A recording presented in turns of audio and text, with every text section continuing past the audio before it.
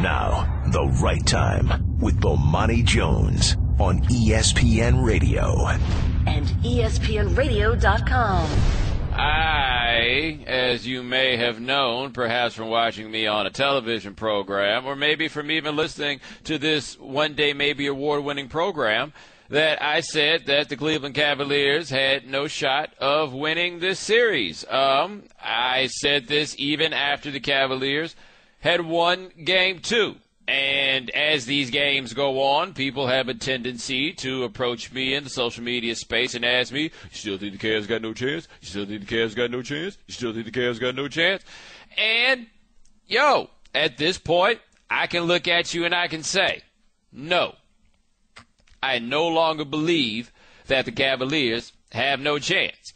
I do believe the Cavaliers have a chance to win this series.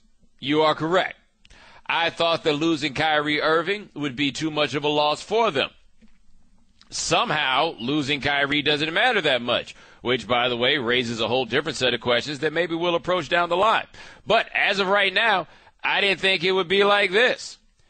Whoever the gentleman was that called in and told me that Dellavedova would be the X factor and hung up on him, I suppose I owe you some measure of apology. I feel like I'm apologizing to a broken clock, but, hey, what can I say? It worked out. Dellavedova turned out to be this X factor. But in reality, I'm not saying that the Warriors owe me an apology per se. I am saying, however, that much of what we've seen from them has been downright inexplicable. Like, one thing I do think that people need to keep in mind, and I still think that Golden State's going to win this series in 6.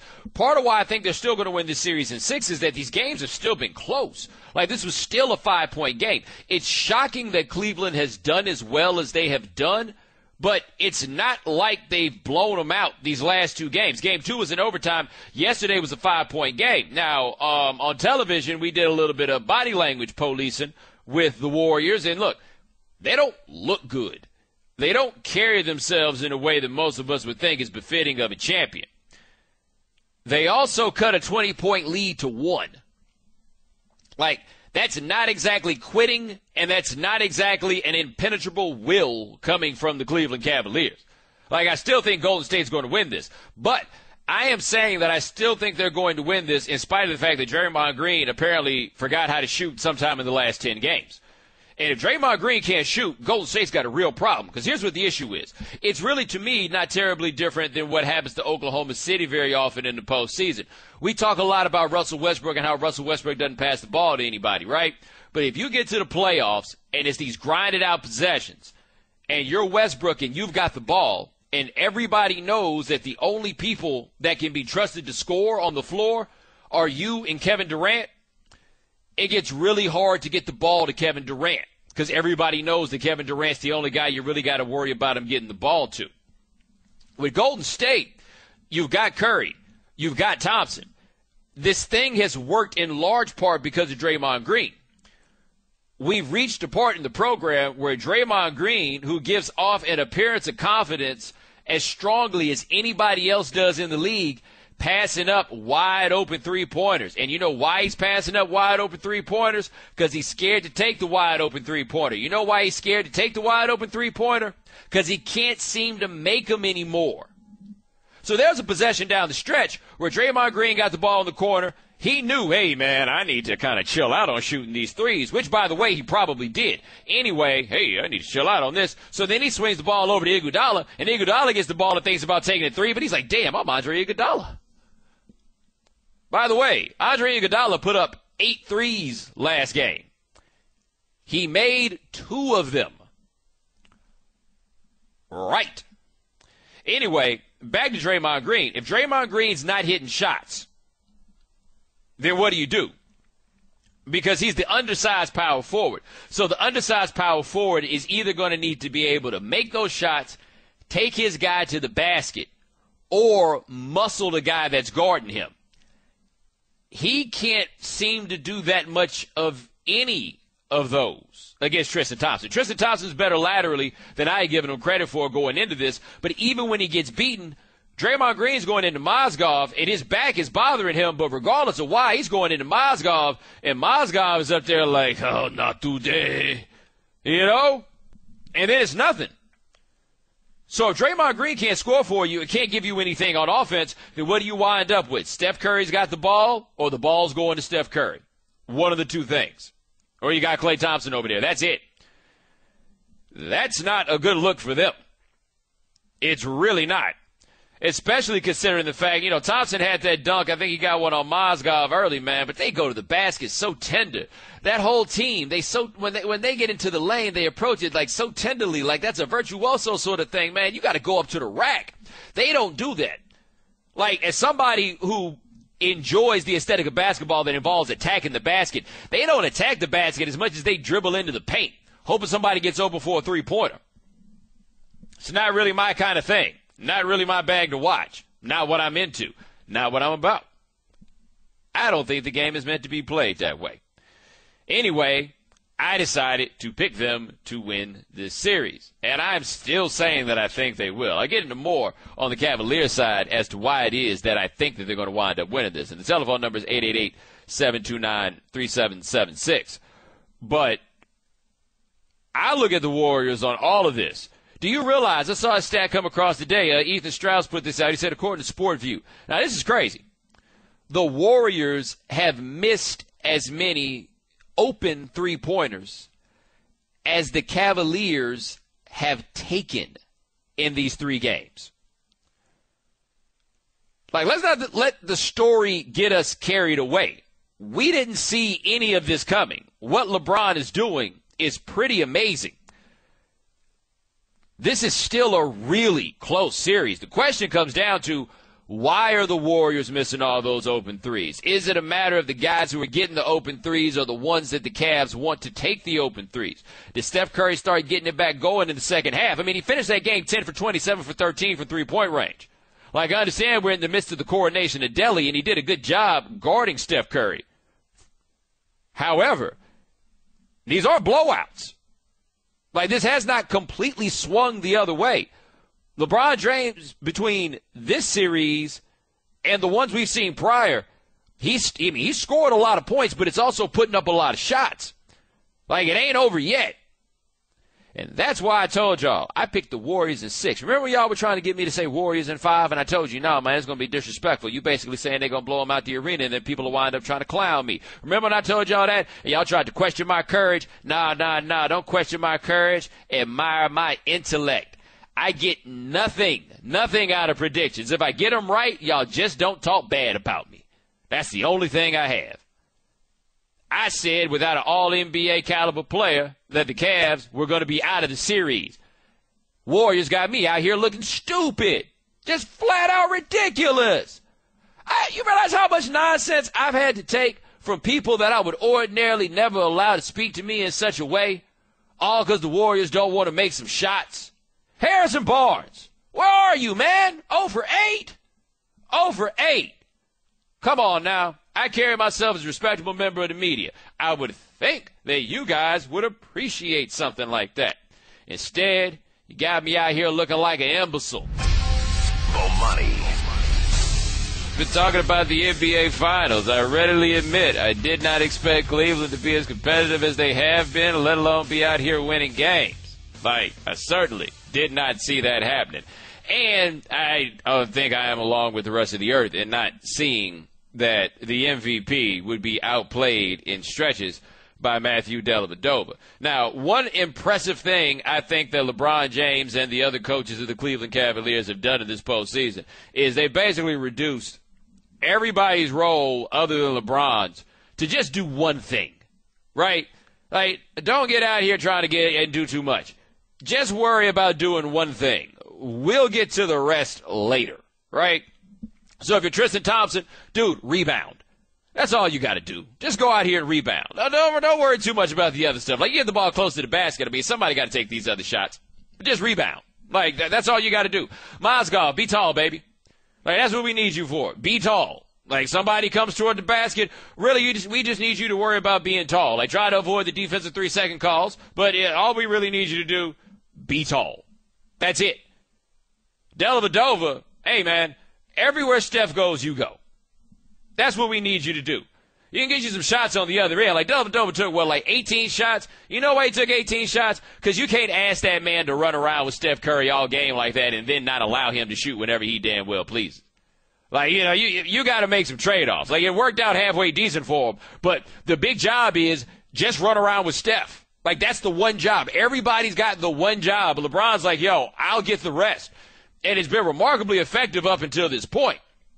Now, with Dellavedova, the thing I think that we lose sight of in, trying to make him into Rudy Chitwood is the fact that he's bigger than Steph. So when they're off the ball, he's got them.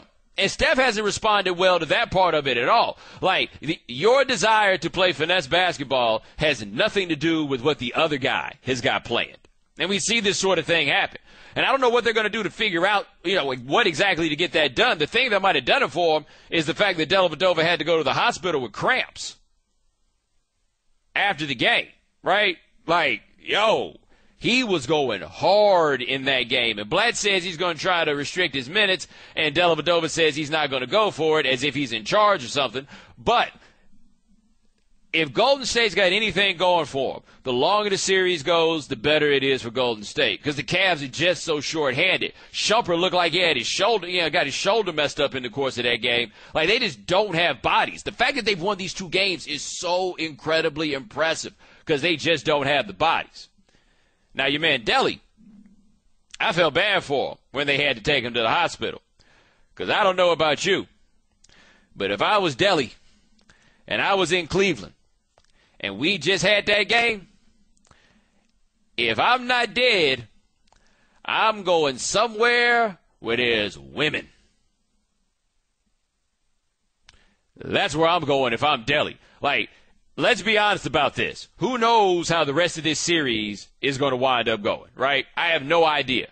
It is entirely possible that yesterday could have been the greatest day of Matthew Dellavedova's life. Right? Like, if there was any day for Matthew Dellavedova to walk up in the club, that was the day. You ain't got to pay for nothing. I mean, I'm sure he has insurance, but he probably could have gone to the hospital and got that for free. And we know that never happens. Anyway, if I looked anything like Matthew Dellavedova and I was in Cleveland, I'd be at somebody's bar right after that game. Hey, let me get a Foster's, mate. People fall for this stuff all the time. Did you see the thing, the one time the woman fell for the dude who was pretending to be Ben Roethlisberger? Look it up. And then after that, look up the dude who was pretending to be Vince Young. Go check it out on the internet. And I want you to see how little either of those dudes look like Vince Young or Ben Roethlisberger.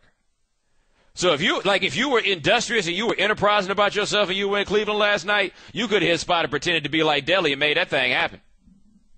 I would have given it a try. It reminds me of the time I had with my brother. One of his friends went to a party and pretended to be B.J. Armstrong. That's right. This was in the early to mid-'90s when the Bulls were a big deal in Chicago, and my brother's two friends crashed a party. And they weren't supposed to be there, and they were underdressed, like wearing Air Jordan jumpsuits, things like that. And so they figured out how they were going to be able to hang around at the party was they were going to say that one of them was B.J. Armstrong. Right. So one of them said he was B.J. Armstrong. Okay, so now he's rolling, they doing all right. But the problem is, at some point, the jig's going to be up, right? So it gets around the room, B.J. Armstrong, and it finally gets to one dude, and I can't tell you exactly what he said because of the FCC, but I can make noises to help you figure out what he said. And he looks up and he goes, "Hey, that ain't no B.J. Armstrong." Now, see, when that happens, you got a problem because he's established this definitively. It's not like you can pull out your driver's license. So how do you smooth out the fact that you're not B.J. Armstrong after you told a room full of people that you are, in fact, B.J. Armstrong? And so the other one pops up and says, hey, he may not be B.J. Armstrong, but he's my boy. And the dude responds with, "And who the burp are you, mother burp?" At which point they wound up having to leave the party. And you know what? If you get one person to believe that you're Delly in the course of the night and you eventually get kicked out, I think it's worth the risk. I mean, Delly was in the hospital. It's not like he was going to be able to walk in and mess it up for you. Bomani. All guests join us on the Subway Fresh Take Hotline. Like our next guest, the 2004 NBA Finals MVP is working with us now on ESPN. And I have to admit to everybody, one of my new tactics for getting guests is if you sit down for an interview on Highly Questionable, I might try to corner you for an interview right then and there. Chauncey Billups, how are you, sir? I'm good. What's up, man? Hey, man, I'm doing all right, man. So your read on the NBA Finals so far, I mean, most of us did not think that Cleveland would manage to win 2 games, but here we are. Well, I mean, they've actually, they've played better in the series, to be honest, all three games, but they take away a 2-1 lead, and in my opinion, it's really because they've just simply played harder with much more heart. I mean, if I watch the Golden State Warriors play, they're playing so casual. I don't know if they realize that they're in the NBA Finals, man. I mean, they're still throwing behind-the-back passes, throwing lobs out of bounds. I mean, there's no sense of urgency with their team, and I don't get it. I mean, it's the NBA Finals. Like, it means more. Possessions mean more, and I'm not seeing that from them. Well, could that be one of those things where they don't have a guy on the roster who's been this far? Sure, absolutely. But they got a coach who's a 5-time champion, and I understand that he is a coach and he's not on the team. But, man, you got to watch film after these games, and if you see how hard that other team is playing and the results they're getting, why can't you do that? Why can't you be physical? I mean, they can't complain about the physical play. This is, quote unquote, if you look at the numbers, Golden State's the best defensive team in basketball. But they didn't do it through grit. They didn't do it through grinding. They didn't do it through that edge. They did it through the numbers, and, you could tell the difference. All right, we're talking to Chauncey Billups, and I want to ask you about that because, this has been the year that a lot of people, I'm one of them, have kind of had to change our views kind of about basketball and that teams that shoot a lot of threes. We saw so many of them get so deep in the postseason this year. The Cavs are playing like old school 1990s isolation basketball. Do you still think that the postseason is more conducive to that type of play? Absolutely. I think the deeper you go, and if you play against a team like Cleveland, who has champions on their team, obviously there's a reason why you become a champion. There's certain things that you do to become a champion. I don't care about all these jump shooters and all these great offenses, and the rules are different. At the end of the day, you have to be able to defend the other team to win a championship. I don't care what happens. I mean, Golden State is maybe the best jump shooting team that we've ever seen. However, when those jump shots aren't falling, they got nobody to throw it to down on the block to slow the game down for 3 or 4 minutes at a time. Well, do you think there's any explanation for why they've missed so many open shots? Well, yeah. I mean, Cleveland's the defense that they're playing is fantastic. I mean, if you look at how they're playing Steph Curry, they're doubling him on pick and rolls, which means he's not coming off getting quick shots. So when he does get a shot, he's kind of off balance, and he can make those shots. Don't get me wrong, he even practices those shots, but there's nothing easy. Nothing easy is coming to them. So anyway, they're doubling him. When he throws it back, that's Draymond Green. Harrison Barnes, Andre Iguodala, they're making those guys make plays and take shots, and to no avail right now. Those guys just can't throw it in the ocean right now. They're not playing well, and they're playing exactly into Cleveland's hands. That's what they wanted. We want to show Clay, Steph a lot of pressure and pick and rolls and pin downs. The other guys, we're going to live with it.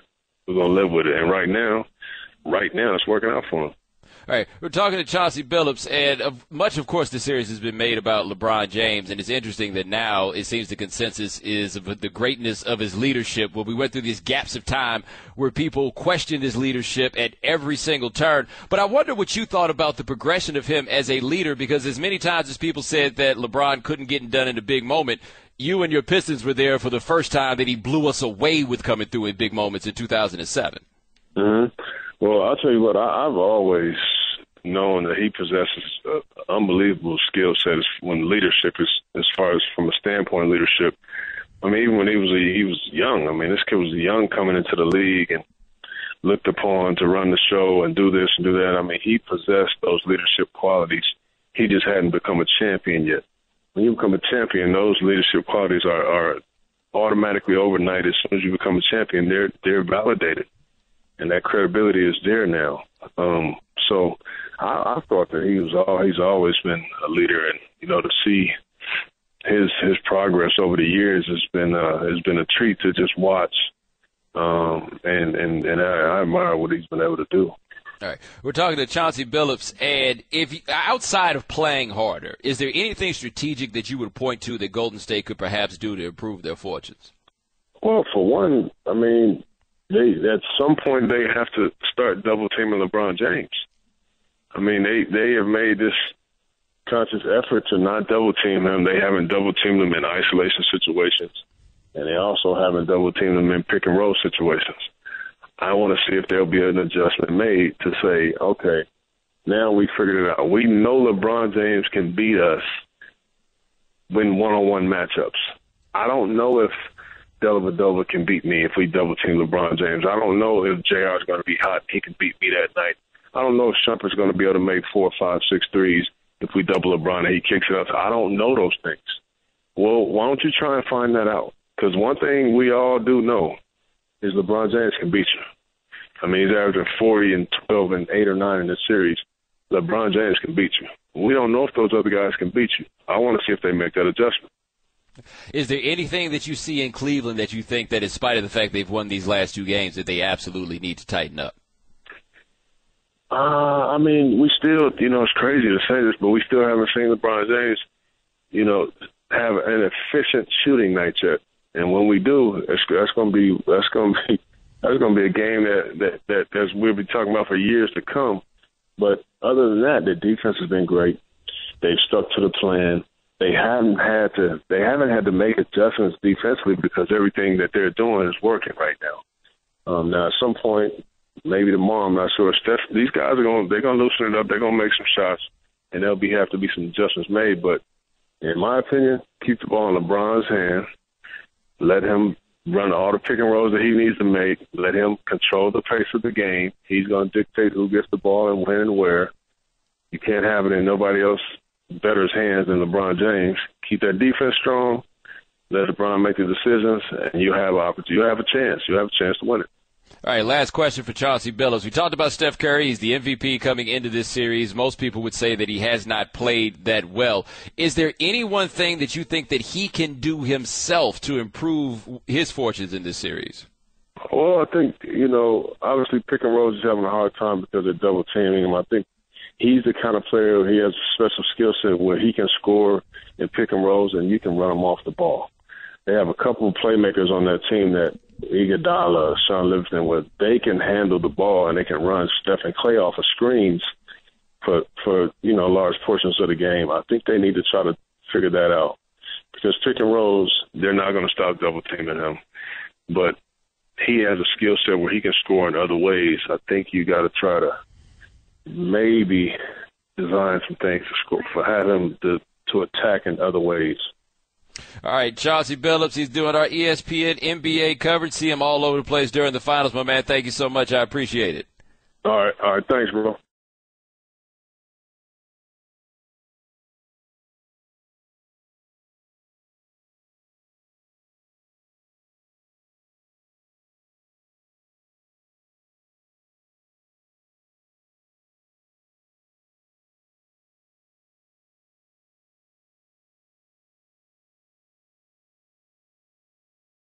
Geico presents Strange Savings Stories. Astronomers detected an interstellar transmission. It stated, Geico, 15 minutes could save you 15% or more. The implications were staggering. Was the cosmos telling us we could all save hundreds on car insurance with Geico? Or did their radar merely pick up a signal from the nearby Rufus and Clyde's morning show? We may never know. Geico. 15 minutes could save you 15% or more on car insurance. We will start with Justin in Ohio. Justin, thanks for calling the right time. Bomani, I just want you to know when the clock hit 0, I thought of you. When I woke up this morning, I thought of you and I smiled. I called you the other day. I lost my cool.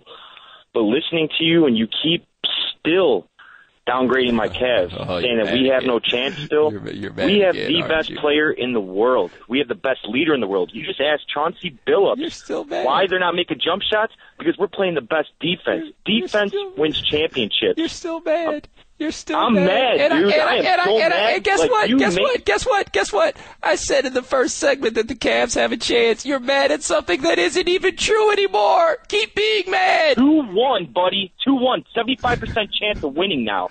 We're up 2-1. Okay. You good? You straight? You feel better?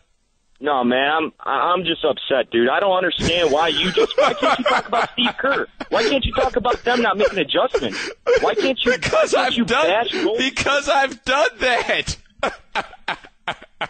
Best offense. We're the best defensive team, and we're going to win this championship. And when we do, I'm going to think of you, man. Dude, I don't understand why you think telling me that you're going to think of me all the time is going to make me do anything other than call security. That's creepy. That's history. Creepy. LeBron James will be better than Jordan ever will be. You're watching history. Start rooting for the underdog, man. I'm sick of being the underdog. We are going to win this championship, and I'm going to think of you. That's creepy. That's weird, man. That's not good. We have to let you go now. Someone hug that man. Bomani. We're talking about the NBA Finals, or as I think some of you prefer to look at this, the series that's making me look kind of ridiculous. Like, I'm still holding on to my belief that Golden State is going to win this in 6 games. Remember, I said that from the beginning. I said they were going to win it in 6 games. And I think that people see a series go to 2-1 and you pick another team to win and they think you're crazy. Never mind the fact that 2 of these games have gone to overtime and the last one was a 5-point game. But if you pick a team to win a series in 6 games and the other team wins 2 out of 3, and that makes you say that you don't think they're going to win in 6 games, I mean, the only reasonable conclusion that you can draw from that is that the person can't count, right? Like, you know, I've gone to my fingers and I can, like, still get to 6 comfortably, you know, with this thing going. I don't know. I think that Golden State's going to start making some of the open shots that they missed. I think that obviously, and to the eye, you could point to Cleveland jumping on the floor and doing all that stuff that we love. But in the end, the games have still been absurdly close. Cleveland got a 20-point lead. It got narrowed to 1. So, yeah, you can make the argument that the margin has been the guys diving for loose balls. You can also make the argument that the margin has been that Golden State has missed a lot of open shots. Like, I'll give this to LeBron, man. For this whole season, LeBron has absolutely controlled the narrative. He has 100% controlled the narrative from the letter going to Cleveland, did in such a way to basically stave off expectation of them winning a championship, to put the emphasis on simply winning 1 when he was in Miami. We're down here holding them to not 5, not 6, not 7. And they've gone through this year, and now with this team the way it is, look, this is basically LeBron carrying dudes. It should be a no-lose for him, although I notice every time something goes bad for him, y'all still say that he's not Jordan, right? Like that's the direction that you still go in. But I look at this series, and I just still think that if Golden State makes these shots, that is more than our story that we are so enraptured of LeBron carrying these guys or Delly wanting it more than anybody else. Like, are you sure that Delly wants it more than Tristan Thompson or more than Mozgov? You know what I mean? Like, either way it goes, once you get past the story of it all, you have 3 very close games. Like, I don't think you can argue with that fact. And I am more inclined to go toward the fact that we've had 3 very close games than I am to talk about the fact that the story seems to lead us toward Cleveland. Like, there's the argument that this could have been a 3-0 series. Certainly. You can make an argument that this could have easily been a 3-0 series in either direction. Like, if Maurice Spates, who, by the way, was ghost last game, if Maurice Spates makes that dunk on the breakaway, what do you have there? Like, how much different is that game over there? Like, I'm not even playing that game. The series is 2-1. You know what the series should be? 2-1. You know why? Because Cleveland won 2 games. Like, that's how it works. It could have been 3-0. It's not. It should be 2-1, exactly the way it is. And I think that Golden State's going to start making some of those open shots that they've had. The only thing, though, how many of those open shots is Draymond Green going to take? Because as much as we keep saying we haven't seen the high-efficiency game from LeBron James, we haven't seen a high-efficiency game from LeBron James, like, in a long time. It's not like it's only been in this series. I'm not on fingers crossed thinking that a banged-up LeBron James is necessarily going to give you that game that you're hoping for. I'm just not. I think we've seen enough games like that. But if I'm going to say that by the same token, the odds of Draymond Green starting to make shots, probably not that high. I think I undercut my own point right there. Anyway, Golden State in 6.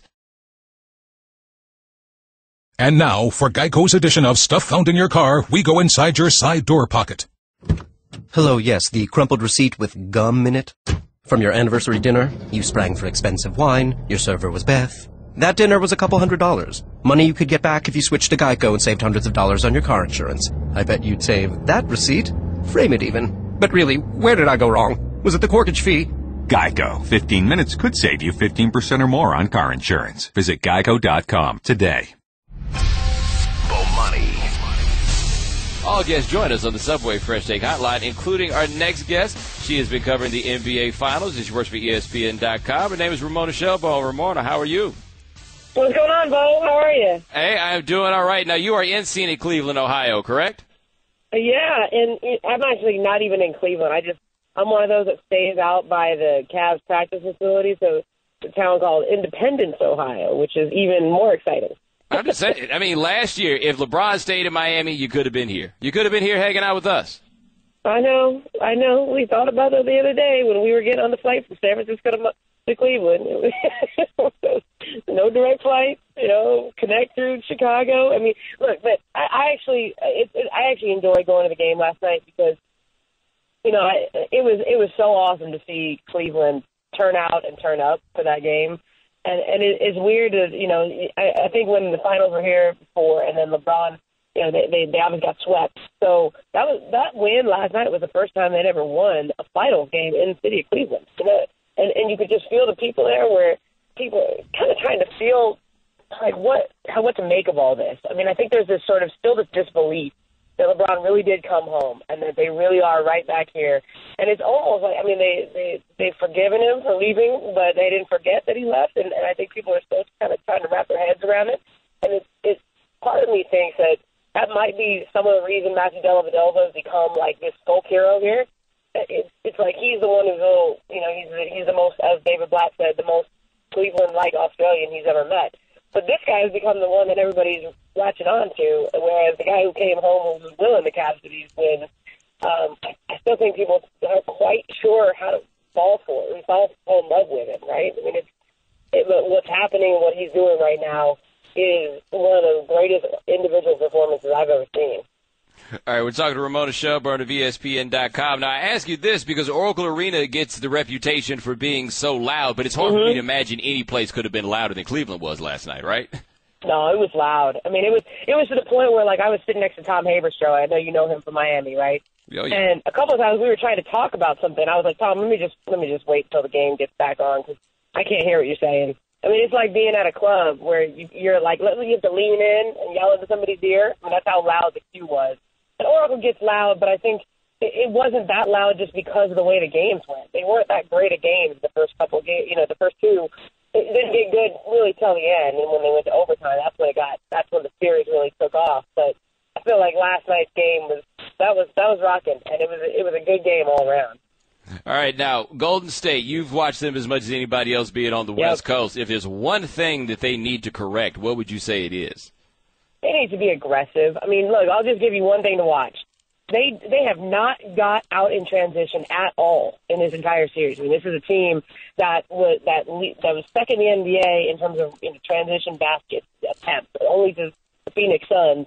And they have right in the playoffs they didn't get out and running. And when they're in that flow, when they're aggressive and their defense is creating their offense, they're a real dangerous team and they really space the floor and put defense on the heel. They're just walking the ball up, and it's partially because of the way that the Cavs are playing. They're just taking it all the way down to the end of the shot clock every single time. It's just LeBron and isolation plays. It makes it hard for the Warriors to generate anything out of their defense when the Cavs are playing like that. But if they get out and run, then it looks like the Warriors again. And then that leads to more opportunities for Steph Curry to just make some magic. I mean, I haven't really seen Steph do much with the ball. Like, he gets it, and every time they double team him, he kind of pulls back out and passes it around instead of trying to attack that double team and split it. So when you see the Warriors, you want to see them go fast and you want to see them be aggressive. I haven't seen that in these first three games up until probably the fourth quarter of Game 3, and that's when they started to turn around. That's why they think they figured something out. We'll see if they have when we get to Game 4 tomorrow. Well, let me ask you this. As someone who watched the Warriors a decent bit in the regular season, but not that much, do they always go to the rim so softly? Because every time those guys get in the lane, they say, hey, somebody could be shooting a three-point shot right now. You know, that's a really good observation because, you know, the guys that they have who finish strong at the rim are probably Iggy, right, Andre Iguodala, and Harrison Barnes are the guys who finish pretty strong at the rim. Klay Thompson's a big guy, so when he goes to the rim, he can finish strong. That lays it up, you know. And then the one, you know, Draymond Green, he doesn't really dunk. I mean, he can, but that's not his game. Andrew Bogut is a 7-foot center, but he doesn't really go hard at the rim. That's not his game either. He can go a whole game without even shooting. He's just in there for defense. So I think, right, they don't really attack the rim at all, and I don't think they're going to do as much of that in this game coming up. I think what they'll do is they need to be aggressive when double team comes. When you see Klay Thompson get double teamed, when you see Steph get double teamed, they have to try to split it instead of just pulling it back out, because that's what's throwing them off. That's what the whole offense is predicated on, guys attacking the rim or penetrating, and it's a drive and kick offense, right? So if you're not driving, there's no one to kick to, and everything else falls apart. All right, talking to Ramona Shelburne, let me ask you this before you go. We saw the Clippers earlier this postseason. They ran out to the 3-1 lead against the Rockets, and then they were a depleted roster, and we saw the longer that it went, the more difficult it became for them. This Cavs roster, isn't it quite as depleted as that Clippers one was? Because it seems like they could run away with this early, but they are down so many men. Yeah, and you know, and the thing about the Clips too is that they play a lot like the Warriors, right? So you know, they're not playing in this limit the number of possessions, you know, run the shot clock down. They're not playing that grind the game to a halt kind of style that the Cavs are playing right now. And if you just look at the number of offensive possessions that Golden State is getting in this series versus what they normally get, it's way off. And so the Clippers, when they started dropping guys, when people started getting injured, that's when they started falling off, because the pressure mounted. When you're up 3-1, you lose game 5, you got a home game. You lose game 6 at home, the way they lost it. Now, all of a sudden, all your deepest, darkest fears and all the things you feel about yourself start working on your brain in between game 6 and 7, and then it's on the road. That got the Clippers just as much, as if not more, than the depleted roster. But I think with this Cavs team, they're not trying to run. They're not trying to get into a track meet. It's really just about how much LeBron James has. I mean, can he continue to carry this big of a load for however long this series goes? I'd bet on him. I mean, I bet that he can, but it's a lot, especially with the kind of travel that they've had and the load that he's been carrying these first 3 games. All right, Ramona Shelburne, ESPN.com. Enjoy your stay in Cleveland, and thank you so much for joining us. I appreciate it. You got it, Bomani. The Right Time with Bomani Jones. Weeknights from 9 to 11 Eastern or on demand at ESPNradio.com.